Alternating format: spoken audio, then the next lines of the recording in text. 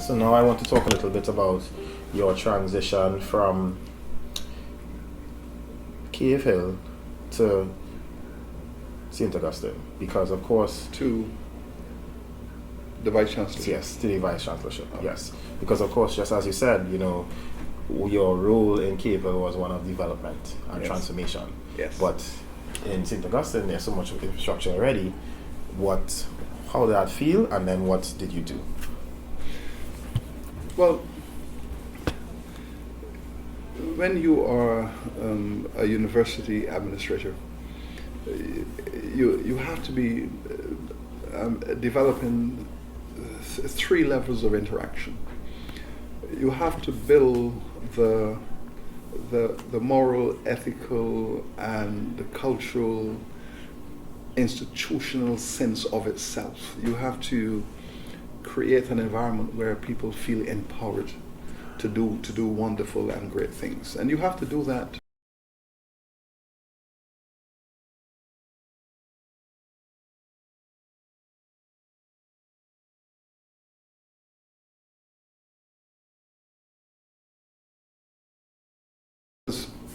A university is effectively a collegial culture, as opposed to an authoritative culture. You're not the CEO of a company where you're answerable to shareholders and you have the authority as CEO to just tell people what to do, and they either do it or get out. Universities don't work like that. Mm-hmm. Universities work best when the leader helps people to really do what they want to do and do it well. So I agree with that 100%. Yeah, you find out what it is that people want to do, and you really help them or guide them, encourage them to really go beyond themselves. So you're leading, so to speak, sometimes from behind, most of the time from behind. But you set an example of what commitment and dedication is, and critically, you really have to respect everyone in the institution. Now, bear in mind that a university is filled with some of the brightest people in the country. And the good news, the vast majority of people in your campus, they believe that they are brighter than you are. And they believe that they are. And they believe that they know more than you do what is in the best interests of the campus.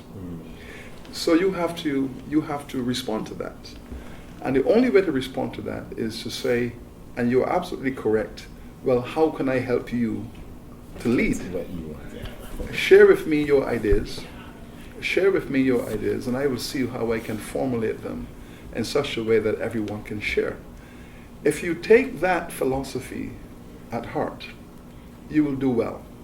So, my strategy has always been to recognize the inherent skills and capacities of everyone around me and see how I can draw from that, extract from that, and maybe to reformulate for everyone to participate in that direction and consensus. If you are in a circumstance where you think you have to watch your back, then you're doing it wrong. In my years at Cave Hill, we operated on the basis of consensus.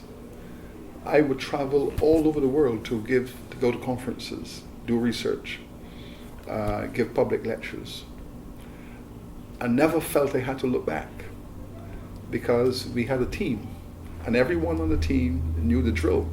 The deans were on board, the academics were on board, the administrators. And when I removed myself physically, the strategy was known to everyone, so they got on with it. So I was able to function not only as the academic leader, I was able to function as a writer and a researcher while being principal, because I would refer to my deputy principal as my co-principal. I never said that I have a deputy principal. My deputy principal was my co-principal. And I would leave the campus with her and said, call me if there's a fire. Conceptually, of course. Yeah, of course. Because we all know it. So my role as Vice Chancellor is to help to strengthen that culture on the campuses. My role is also to take the university deeper into a sense of responsibility for for finding solutions to the major problems facing Caribbean peoples at this moment. And there are, if you can identify 10 major debates that Caribbean peoples must participate in, issues about getting our economies out of this recession, issues about increasing poverty in this region, issues surrounding the fragmentation of communities and the emergence of violence in our townships, issues around chronic diseases and public health, diabetes, hypertension, explosion among the population, obesity among the children. If you consider all of these issues, agricultural insufficiency, we're not feeding ourselves, the bulk of the food that we're consuming, we're importing, it's not good quality food. We can only have good public health if we have good food. So all of these conversations, the university has to be at the center of these conversations, and my responsibility is to galvanize the intellectual capacity of this university to participate in those conversations and to find solutions to those questions. Beyond the region, the Caribbean is one of the most globalized places in the world. If you look around you, our communities are from all over the world. If you take the concept of globalization, the Caribbean is the world's first global village. This is where all the cultures and civilizations of the world came together. They might have come together in the context of inequality, slavery, colonization, indenture, and so on. But the fact is that we're all here, and we're from all over the world. So therefore, to take the Caribbean and the university into its rightful place as part of a global system, to enable each citizen in the Caribbean to feel the power of their global identity. The world is your stage because you have come from the world, go back to the world. Strengthen your Caribbean footing and identity and take it into the world, that's where you came from, own the world. And so my role is to assist the Caribbean societies and the people within it to feel that sense of ownership of the world and to function comfortably in all parts of the world. To do that, I have to live that world myself. Exactly. I have to live it, I have to show it, I have to demonstrate how it can be done. So yes, so the functions then of the Vice Chancellor are tiered. You know, we have our campus environments, we have our regional remit, and of course we have our global agenda. Yes. And so these are the levels at which we will be engaging, and hopefully we could make some movement in my time on these many issues. Forward, yes. Okay, so I'm going to shift the focus a little bit to graduation. So we all know graduation is going on as we speak. Yes. And the theme for this year is giving back the gift of education. Yes. So, tell me what advice or suggestions you will have for the students, graduates, and the alumni to give this gift back. The conception of what is a gift to be given back is not a simple conception. It is not a conception that speaks about the return of alumni donations. It is not a conception that speaks about using authority later on to assist the university. It's broader. In fact, it is all of that. Our primary objective is to produce a remarkable Caribbean citizen. You come into the university, you participate in educational processes. There are value systems attached to our pedagogy. Within our curriculum, there are embedded values. And we believe that primary function is to produce citizens who not only care about their families and their communities, but care about their countries and their region. If you care about the trajectory and the welfare of your families, your communities, your region, and by extension the world, we believe that you are well on your way to making very good decisions. It is true that we would love the alumni to say that one way in which to discharge that obligation to my community is to strengthen the institutions. Because a civilization is going to be sustainable and resilient only if it has strong institutions. Well, on this point of sustainability, yeah. Tell me, the alumni has a certain importance to the university. So with regards to the sustainability of UE, yes. Tell me about the alumni's importance. And the alumni, therefore, I think they are critical at multiple levels. Mm-hmm. If there are, as I have said, responsible and productive citizens, Mm-hmm. then that in itself creates an environment. Let us say that our graduates are finding their way into the corporate community. They are finding their way into corridors of political influence and power. They are running NGOs. They are responsible for clubs and community network systems, whether it's the local soccer club, the local take care of the children in Sunday school club. Those are all networks of responsibility. Now, you will know through your experience that one way in which to keep all of this going is for the institution that has produced you to be strong, so that by giving back to my society is one level of participation.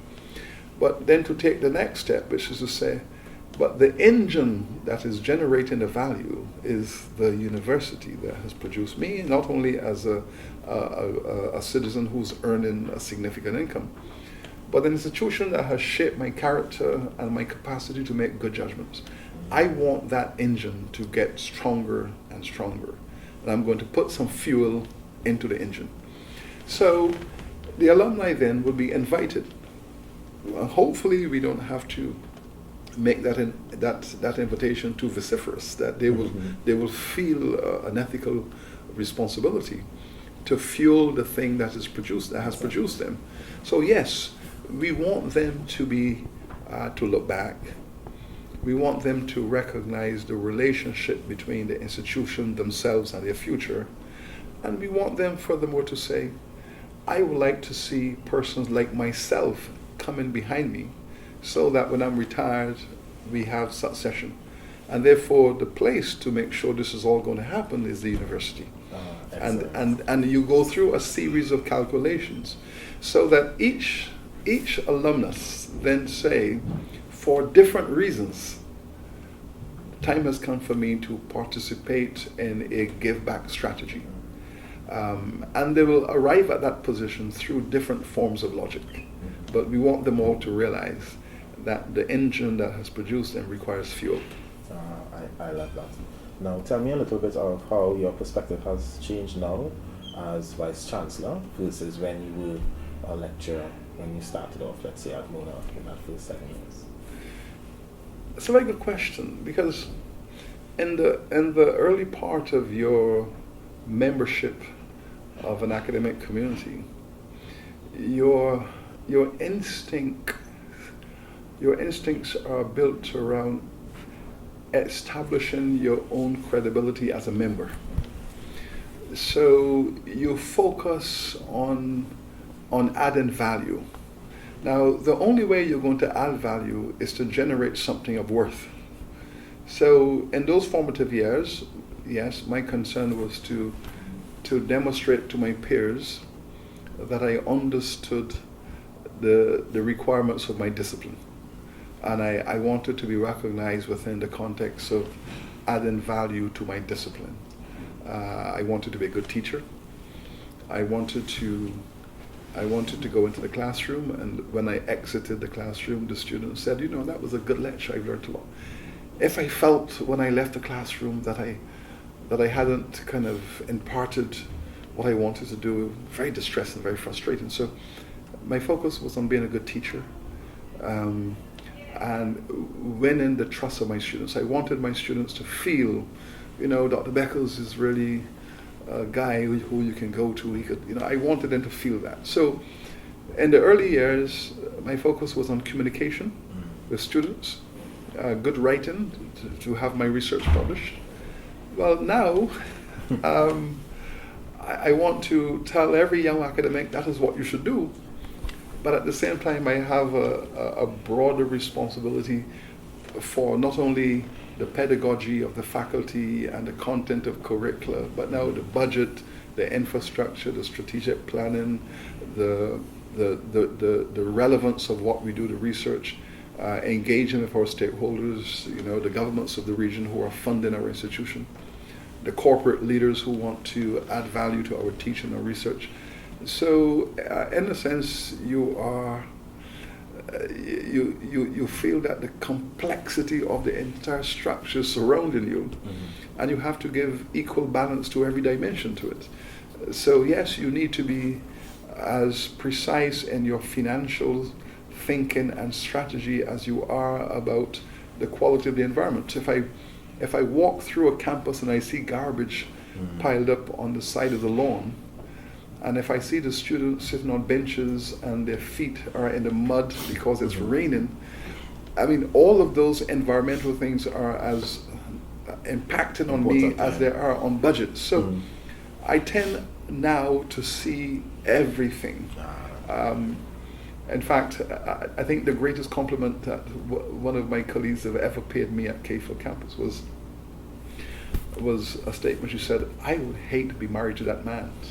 he sees everything." I think that was a great compliment. That was good. Okay, so coming down to the end. Now, do you have any specific vision or plans for UE while you're Vice Chancellor? I know you have a lot, but specifically, what is that? What is it built about? We have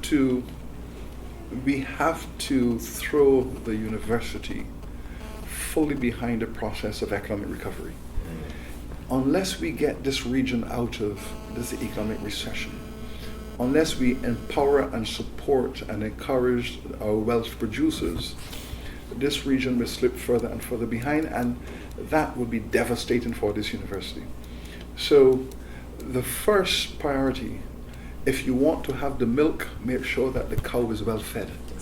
So making sure that that cow is well fed and well nourished and out on the pasture, that is our number one priority, because we want the milk. Exactly. So that is the top item. To do that, we have to do many things domestically and regionally, but at the same time we have to do some things internationally. We have to say, well, maybe the way in which to have that cow well fed is to make the pasture bigger, make the field bigger.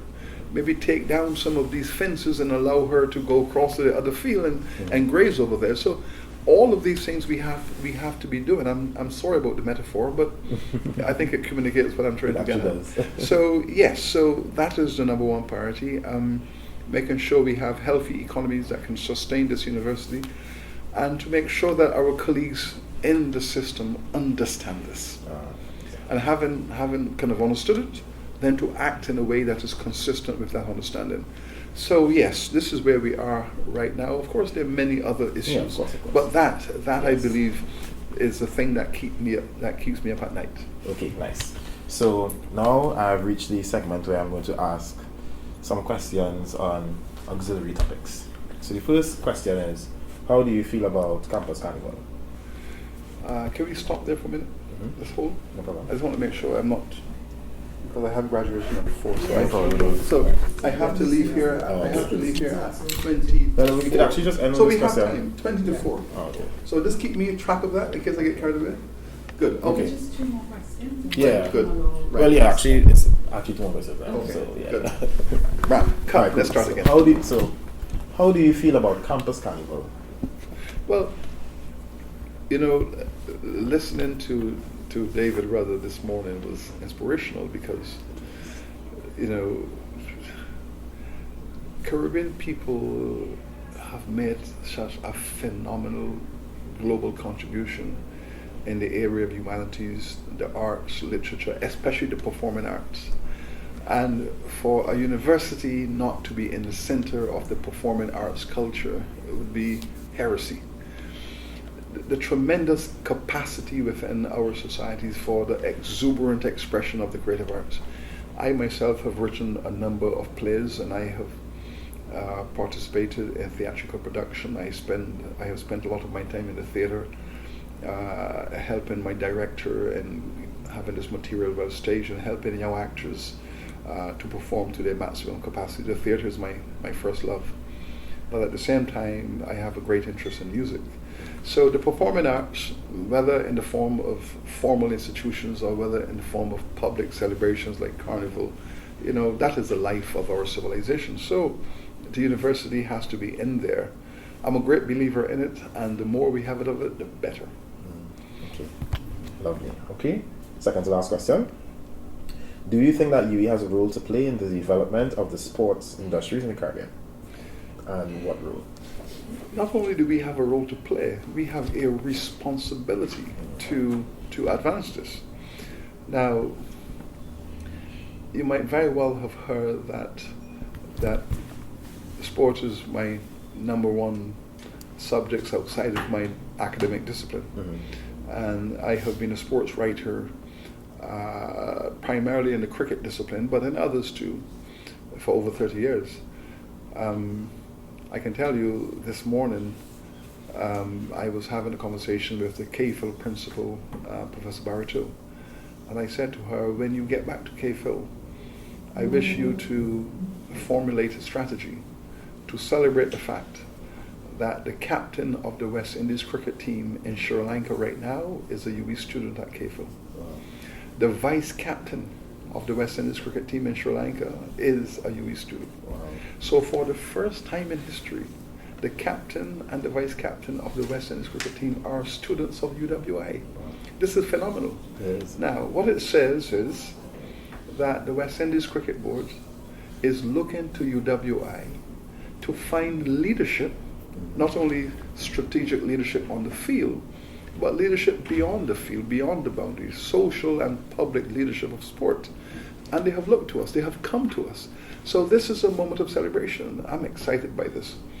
I have said to my colleague principals that in the course of next year, I want to see the university developing a major event, Student Athlete of the Year, where we celebrate our student athletes as a special category. Mm-hmm. When we saw Jehu graduate from the first class honors yesterday, wasn't that marvelous? Yes, to be an international sportsman and also a brilliant academic. Mm-hmm. He has to be the role model for the next generation of student athletes. So we want to celebrate them. Many people in the university might not have heard of him, but we would like persons like him to be standard persons known to every student, every faculty member across the university. So they can inspire.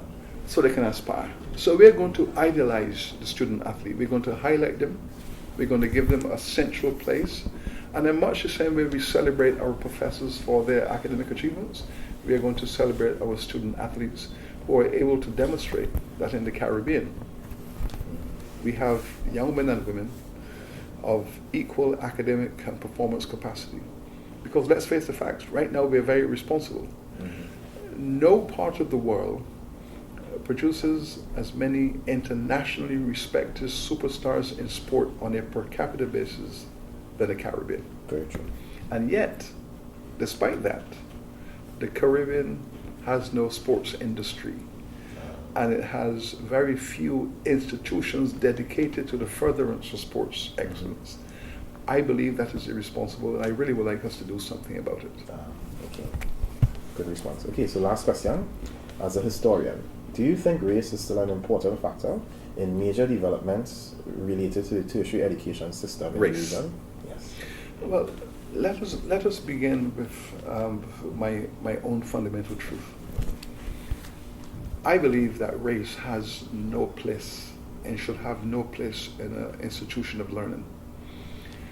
My philosophy is that to be a tried and tested scholar and to ascribe to racial hierarchies is a contradiction.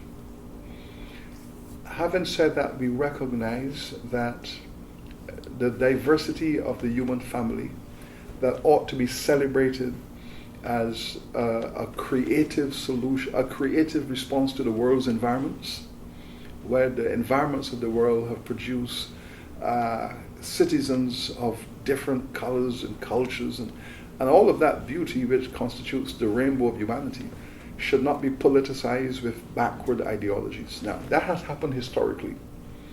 We are now living in the aftermath of that.